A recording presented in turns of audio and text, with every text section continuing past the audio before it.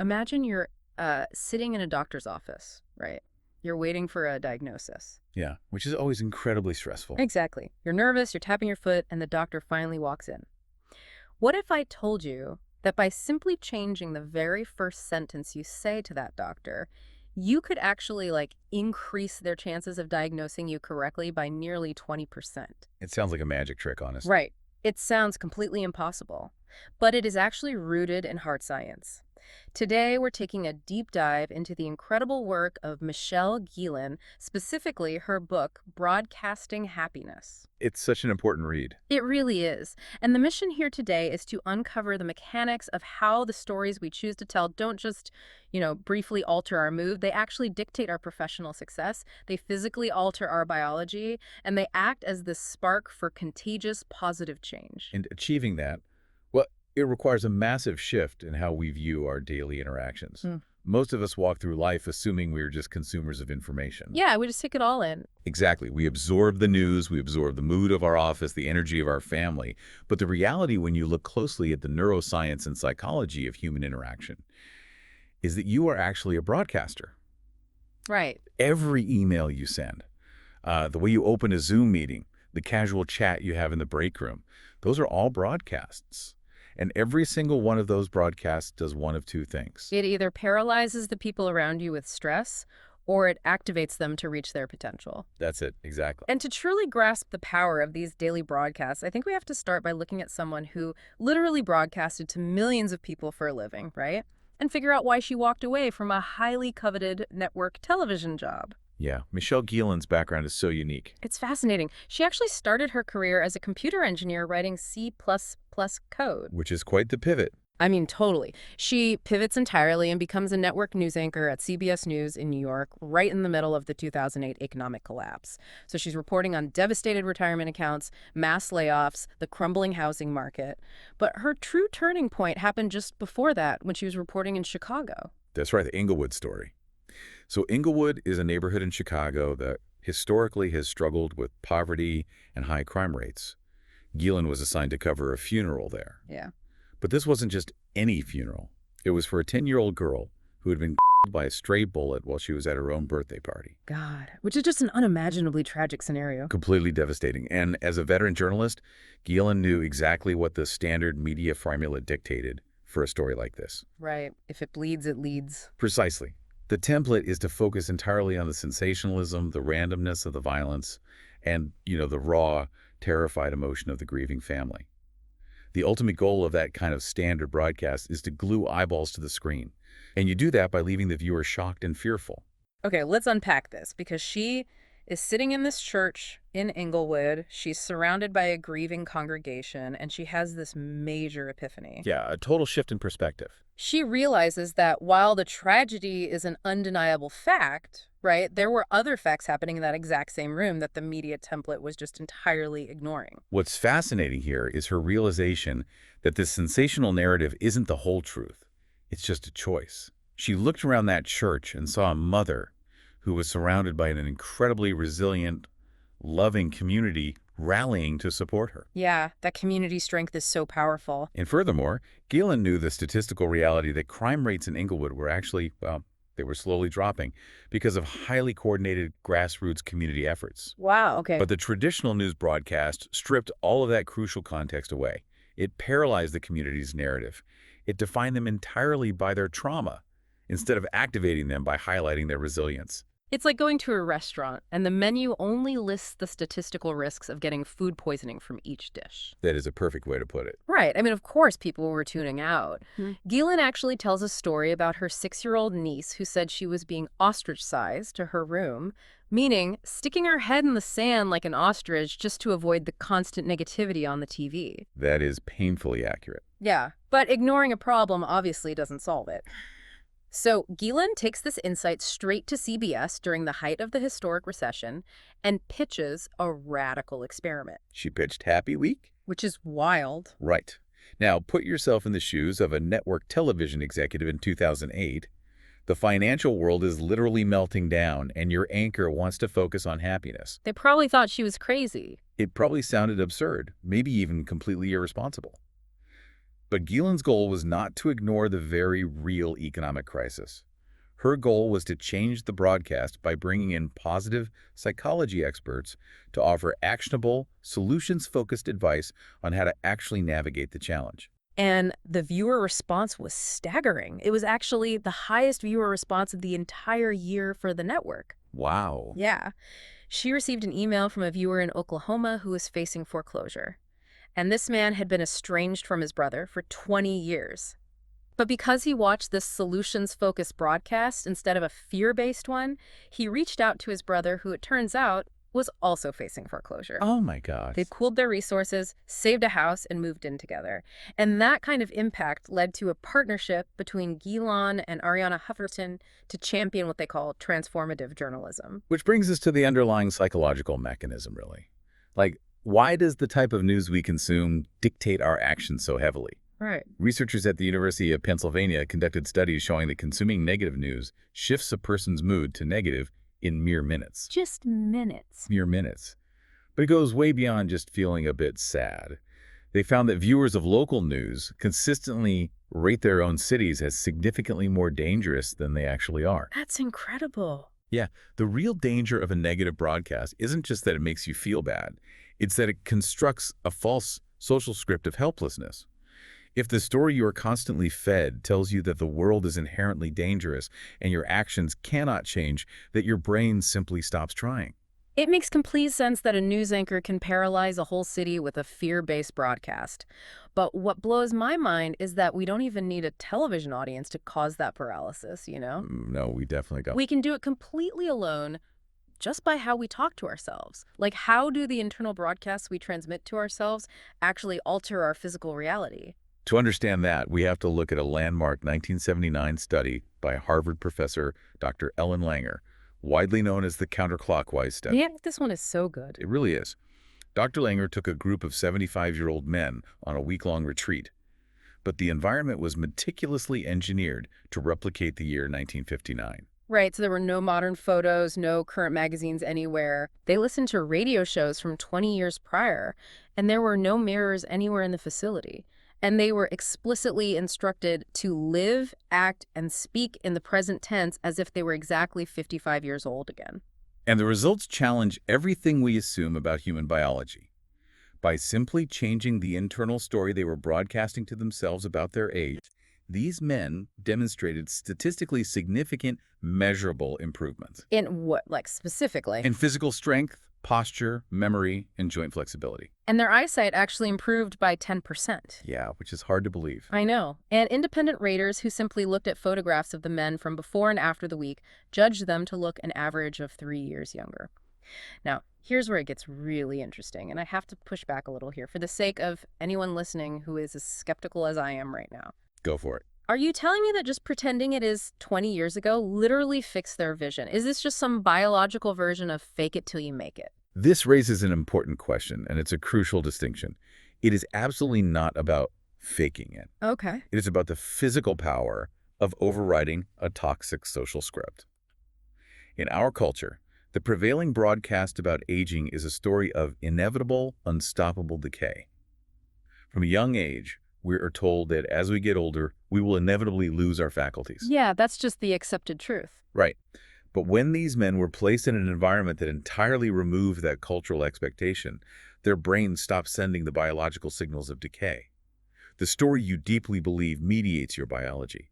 When the expectation of frailty was removed, their brains and bodies naturally rose to meet a new, empowered expectation. So it isn't magic, it's just the profound literal connection between mindset and physiology. Exactly. It completely aligns with Amy Cuddy's research on power poses that we see in the sources, right? Just 2 minutes of holding a high-power, expansive physical posture, essentially broadcasting a nonverbal story of confidence and power to your own brain. Yeah, it changes everything. It literally drops the stress hormone cortisol by 25% and raises testosterone by 20%. You are modifying your endocrine system with a narrative.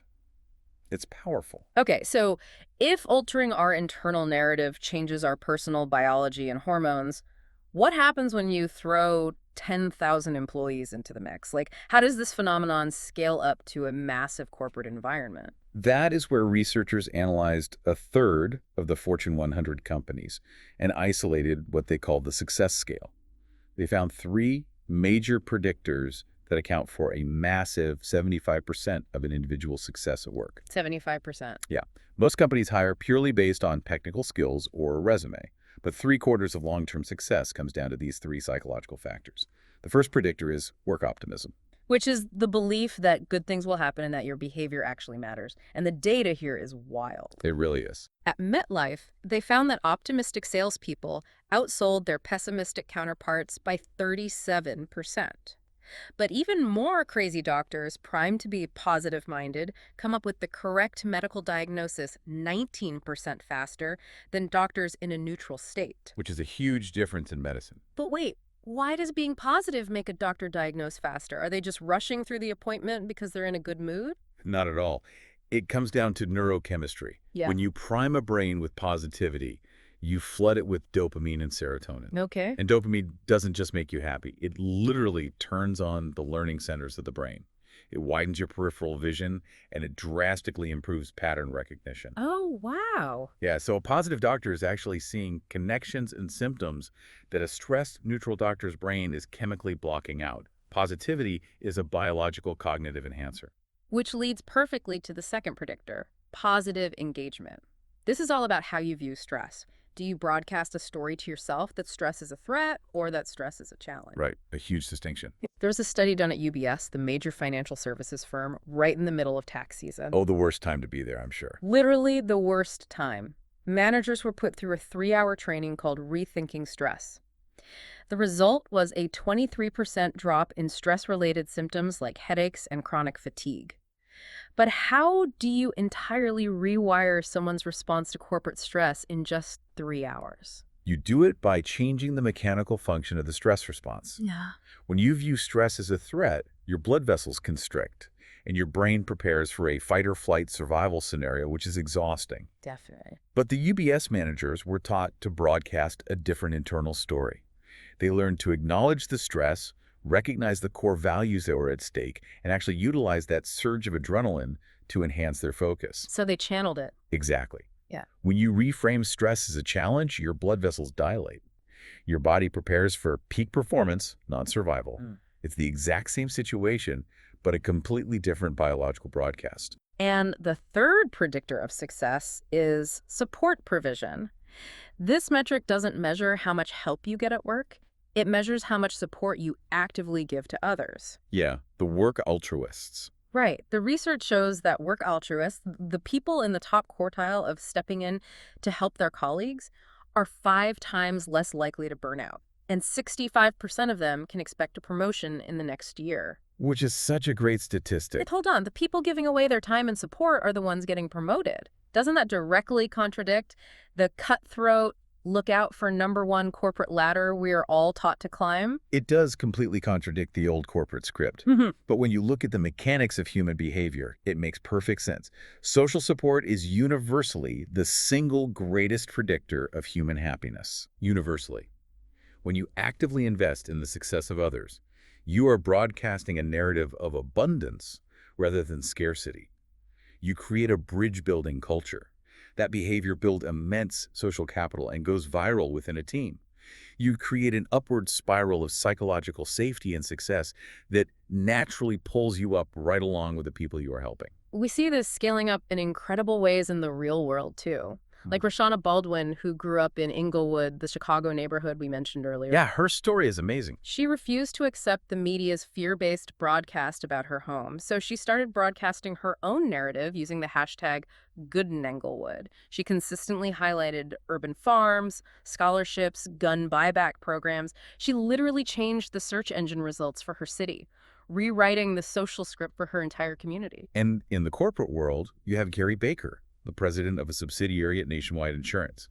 By his own admission, he used to think all this positive psychology research was just corporate fluff. Oh, I bet a lot of executives do. Right.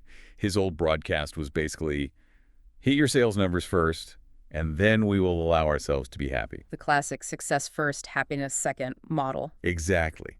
But he allowed his team to go through a positive psychology training based on a parable called The Orange Frog. Okay.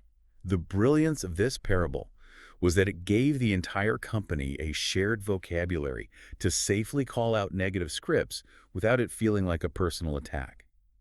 Once Baker embraced the scientific fact that happiness actually precedes success, that it frees up cognitive friction, his company's revenues absolutely exploded. Wow. They grew from $350 million to over $1 billion. I have to pause you there because tripling revenue to $1 billion is a massive leap. Are we really saying that happened just because they read a parable about a frog and tried to be happier? Isn't it a bit of a stretch to say that caused $1 billion in revenue? It's a fair point to question the causation. I mean, the orange frog training didn't magically change their insurance products. What it changed was the cognitive capacity of the workforce. Oh, I see. When employees spend 20% of their day complaining, managing toxic politics, or stressed about fear-based leadership, that is lost cognitive RAM. By adopting the positive broadcast, they eliminated that friction. Salespeople were more resilient to rejection, managers collaborated instead of competing, and problem-solving became faster. The culture shift unlocked the hidden potential that was previously suffocated by stress. $1 billion worth of unlocked potential. That's incredible. Even the chief operating officer of Nationwide, Mark Pizia, regularly gets on Yammer, their internal social media, specifically just to broadcast his gratitudes to the employees. Yeah, setting the tone from the top. So if the goal is to trigger this upward spiral in our own lives, how do I actually start? If I walk into a Monday morning meeting where everyone is miserable, what is my literal first move? That is where you deploy what Michelle Gielan calls the power lead. A power lead is simply the deliberate practice of starting any interaction with a positive, optimistic, and inspiring comment. It is the exact opposite of the news media's if it leads strategy. You are aggressively setting the social script right out of the gate. The sources outline a hilarious but very relatable contrast for this. Gielan tells a story about flying home for Thanksgiving to share some massive news with her family. This story is so good. She and a classmate had just won a prestigious business plan competition, and the prize was $20,000 in seed money. She walks through her parents' front door, absolutely bursting with this incredible news, and what happens? Her parents instantly hyper-focus on her eyes, claiming she looks cross-eyed. A classic negative lead. Exactly. Instead of celebrating a $20,000 victory, the entire Thanksgiving weekend is completely hijacked. Her brain goes into a cortisol cascade. She is full of anxiety, which leads to her booking an emergency eye exam that costs her $250 only for the doctor to tell her that her eyes are completely, perfectly fine. Oh, no. She ended up having to email her parents her good news days later. It's funny now, but it is a perfect example of how one negative opening comment dictates the trajectory of everything that follows. Now contrast that Thanksgiving disaster with the story of Ellen, who was Gielan's boss at a software company in Boston early in her career. Right. Ellen was a very demanding boss, but she had one specific, unwavering habit. Every time she walked up to an employee's cubicle, she started the conversation with the exact same power lead. What is one awesome thing you did, no matter how small, at work in the past week? Which honestly sounds a little terrifying the first time a boss asks you that. Oh, definitely. Gielan admits she froze initially, but think about what that question forces the human brain to do. It forces the employee to constantly scan their environment and their memory for achievements. It literally trains the brain to look for success, so you have an answer ready for Ellen. If we connect this to the bigger picture, this is all about the neuroscience of priming. Our brains have finite cognitive resources. When you start a meeting by complaining about traffic or a looming, impossible deadline, you immediately hijack those finite resources with a stress response. The brain goes into a defensive posture. But when you utilize a power lead, you protect those resources. You instantly orient the group's collective brain power toward growth, possibility, and collaborative problem solving. So what does this all mean? Think about it like a computer's RAM. If you start an interaction with a complaint, you've just opened 5 heavy, useless background applications. Great analogy. The brain's processing power is immediately eaten up by managing that stress, and there is no memory left to run the creative problem-solving software you actually need for the meeting. But a power lead closes those stressful background apps, and the data proves this works across the board. The sources mention a study where even 4-year-olds, when simply primed with a positive memory before a task, were 66% more efficient at solving shape-fitting games. And the adult data is just as compelling. The Incentive Research Foundation conducted a study finding that using a power lead just one single time over the course of a 3-day event caused attendees to rate their entire experience significantly more positively across 42 different metrics. Just from one interaction. Just one positive conversational start ripples out and fundamentally colors their entire perception of reality. Okay, let's bring this all home. You do not need a television anchor's desk, and you do not need a massive microphone to be a broadcaster. The science is incredibly clear. Absolutely. Whether it is the 75-year-old men reversing the physical signs of aging by altering their internal story, or the work altruists getting a promotion by supporting their colleagues, or a manager sparking $1 billion in revenue just by changing the narrative around stress, you have the ability to move the people around you from paralysis to activation. Yeah. You absolutely do. By intentionally replacing toxic or even just neutral beginnings with power leads, you take control of the social script. You stop being a passive consumer of the energy in the room, and you become the active source of positive, contagious change. Which leaves us with this final thought for you to carry into the rest of your day. Think about the very next conversation you were going to have today. Maybe it is a phone call with your partner on your commute home, or maybe it's a Zoom meeting with your team in exactly 5 minutes. Before you say a single word, before you even open your mouth, remember that you are the executive producer of that interaction. What is the headline you are going to broadcast? Will it just lazily reflect the stress and chaos of the day? Or will you choose the broadcast that becomes the spark for positive change?